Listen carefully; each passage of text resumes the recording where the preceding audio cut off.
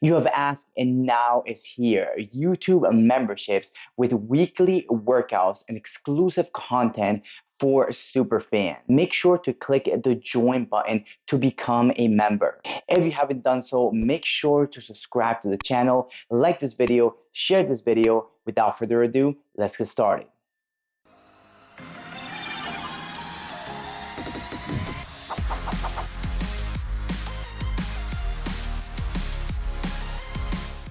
Welcome back to another technique video. Today we're going to be learning our rear spear knee. So let's take our fighting stance. We're going to be talking about now the lower limbs that have a lot of power, and one of them is going to be your knees, one of your most powerful techniques. So the spear knee is just a straight line. It looks something like this. So I'm here, I'm pushing off the back foot, opening up the hip, and then using my legs to drive. Here, knee, and I come back. Knee, come back. Knee,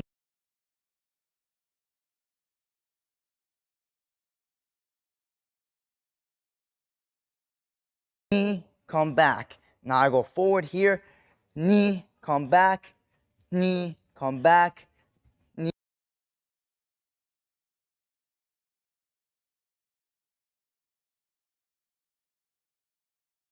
knee, and come back always to my fighting stance. So let's break that technique down. When I'm throwing my spear knee, think of it as a spear going in a straight line towards the middle solar plex of your opponent. Now, of course, in self-defense, you can throw that knee down low if you wish, but in Muay Thai, if you're in the ring, we don't want to hit our opponents low, and I want to make sure that I hit those solar plexus to create a lot of damage. Even if I hit the ribs, the kneecap here is a very strong weapon that's going to create tons of damage. I want to use my legs and use my hips. So let's start with the footwork. I'm pushing off the back foot like I'm stepping, going forward, but this time I'm kind of stepping slightly outwards. Now watch this. My foot is stepping diagonal, not like this, and not forward. Just slightly diagonal in a 45-degree angle, and my foot's already facing 45. So not like this, it's facing 45. So now it allows my hip to open up. Is that if I turn my foot like this, if you notice, my hip naturally goes back. If I turn it more, well, my hip's gonna go further back, further back. As I open this foot up more, well, now my hip opens. If I open too much, of course, now I'm facing somewhere else. So I don't want to open too much neither. I want to just 45 degrees is gonna be enough. As I'm pushing off, I step, I step, I step. Now, I'm using the legs to drive up, So I'm here, I'm driving up, and then I'm going up on the ball of my foot. That's gonna allow me to turn my hip a little bit more, and it's gonna create more power for me. So it looks something like this. I'm driving up, I'm bending the legs, I'm driving up here, and then bam, I knee. Bam, I knee.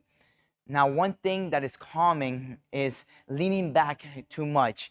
I know it looks like I'm leaning back, but I am not. What I'm doing is extending the hip forward. Very important. Anything that comes from your lower limbs, it has to be with your hips. You're going to create a lot of power with your hips. If you do not put your hip, it's going to be looking like this.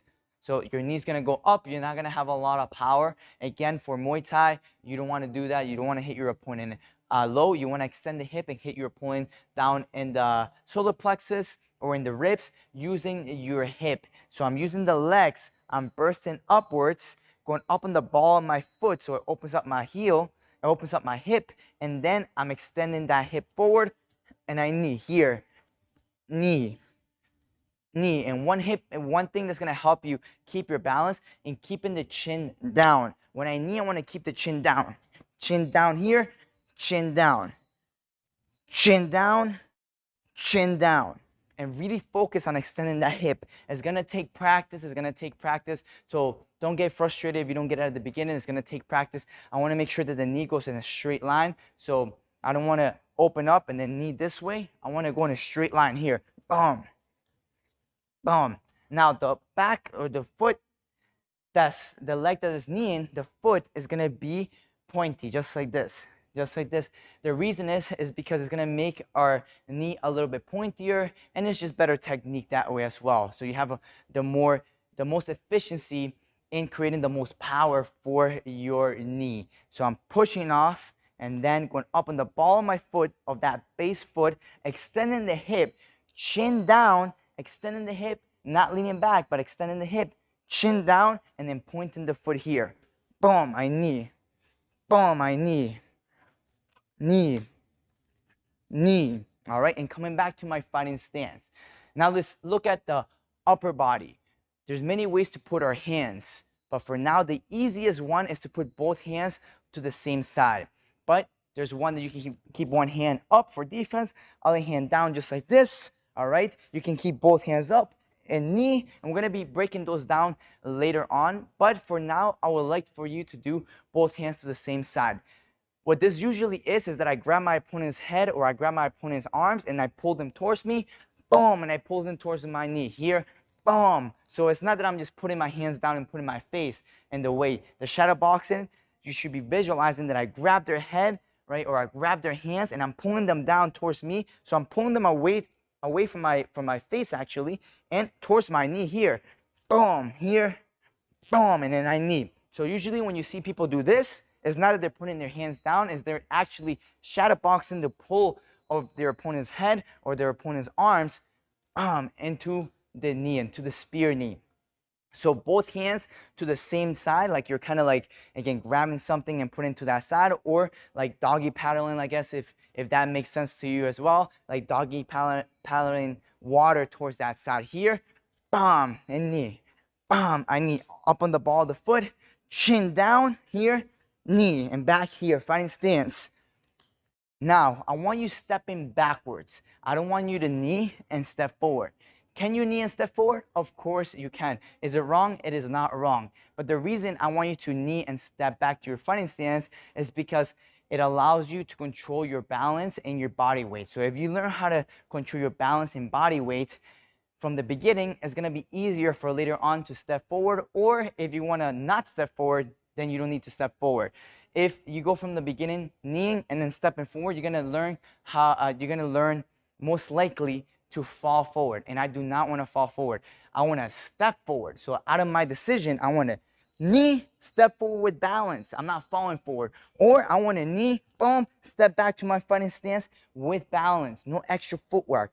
I want to dictate that. I want to dictate where the fight is going to be, where my balance is going to be. I don't want to fall forward and then try to catch my balance. So that's the reason I want you to step back for now, because it's going to be a little bit tougher. But if you master that one, the other one's going to be no problem. So here I knee, boom, and I step back up on the ball of the foot. Boom, and I step back. Like always, practice, practice, practice, and you're eventually going to get the technique down.